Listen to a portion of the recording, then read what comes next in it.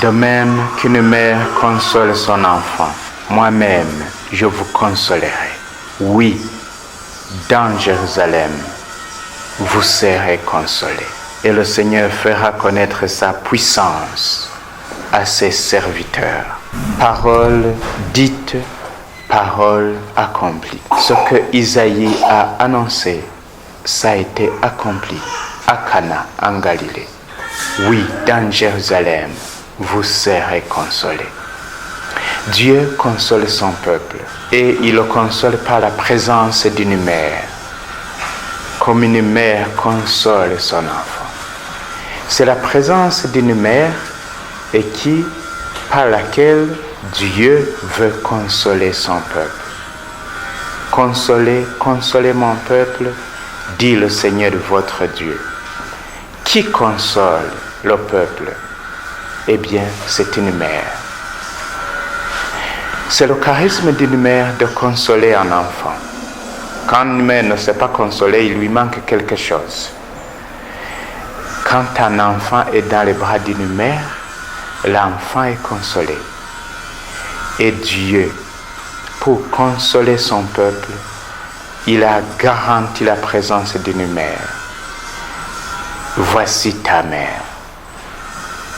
Au moment justement où le Fils a besoin d'être consolé, Jésus donne cette mère. Voici ta mère.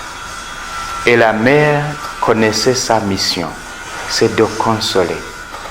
Comme une mère console son enfant, oui, moi je vous consolerai.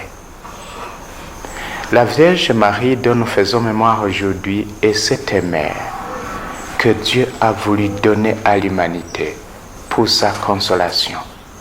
Elle console par de trois manières. Par la présence, par l'intercession et par la formation. Par la présence d'abord, il y eut des noces à Cana de Galilée. La mère de Jésus était là. Le vin manqua. Et le manque de vin créait une détresse chez les mariés. Mais il y a une présence. C'est la présence de la mère. Et cette mère qui est là va intervenir. Sa présence seule est une consolation. Ils ont vérifié cela. Ainsi, la consolation de toute personne, c'est d'abord cette présence maternelle de Marie. La mère de Jésus était là.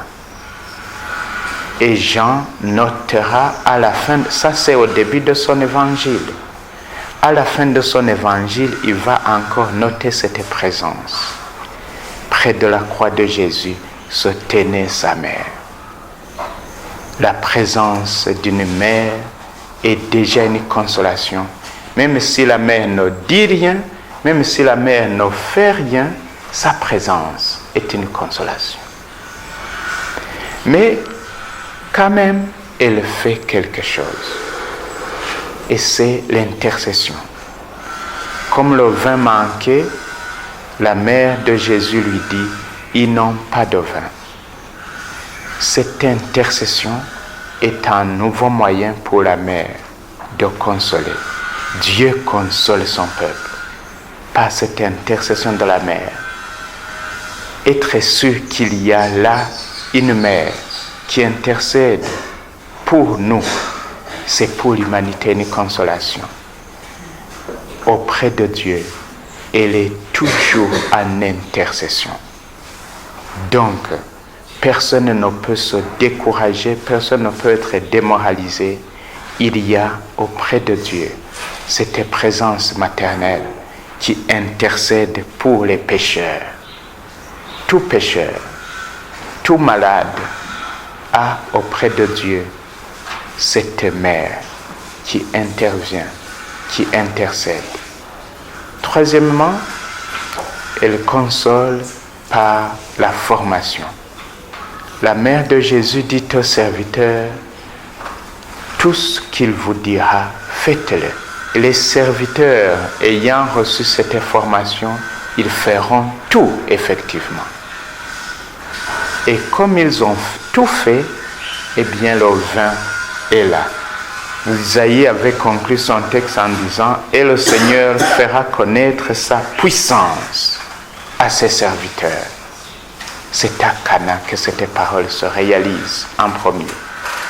Et le Seigneur fera connaître sa puissance à ses serviteurs.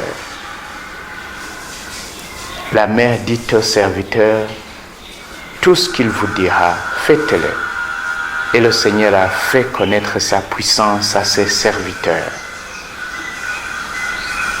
Et cette puissance, c'est le don d'un vin, un vin capiteux qui n'avait jamais goûté jusque-là.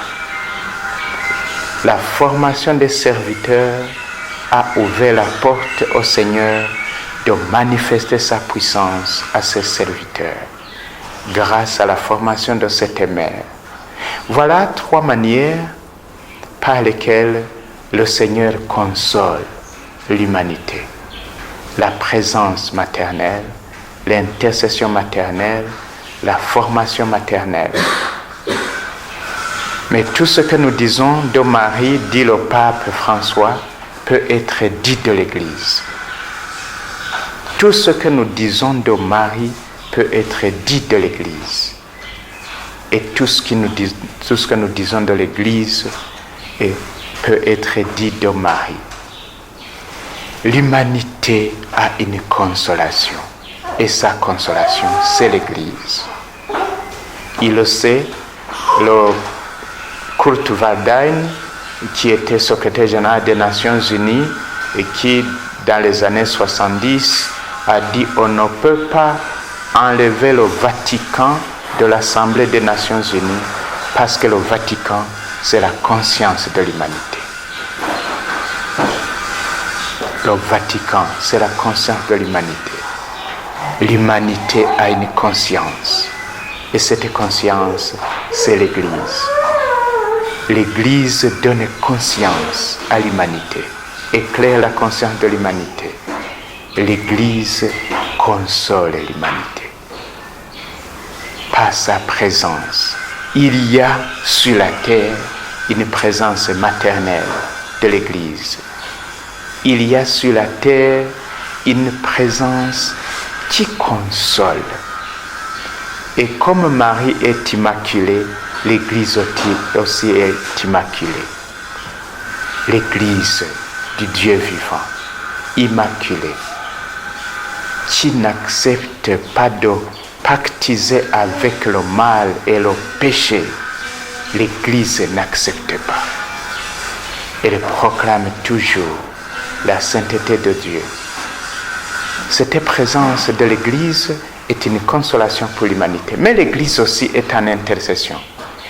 L'office que nous venons de prier, tous les jours, à toutes les heures, l'Église est à genoux dans la prière de l'Église, en train d'intercéder.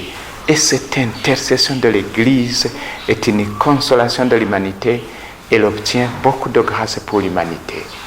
Et l'Église forme ses enfants. Nous l'avons vu cette semaine qui vient de s'achever. Et ça démarre encore aujourd'hui. La formation de ses enfants. Une formation solide qui libère l'humanité. Et grâce à l'Église, aujourd'hui encore, le Seigneur fera connaître sa puissance à ses serviteurs. Merci Seigneur.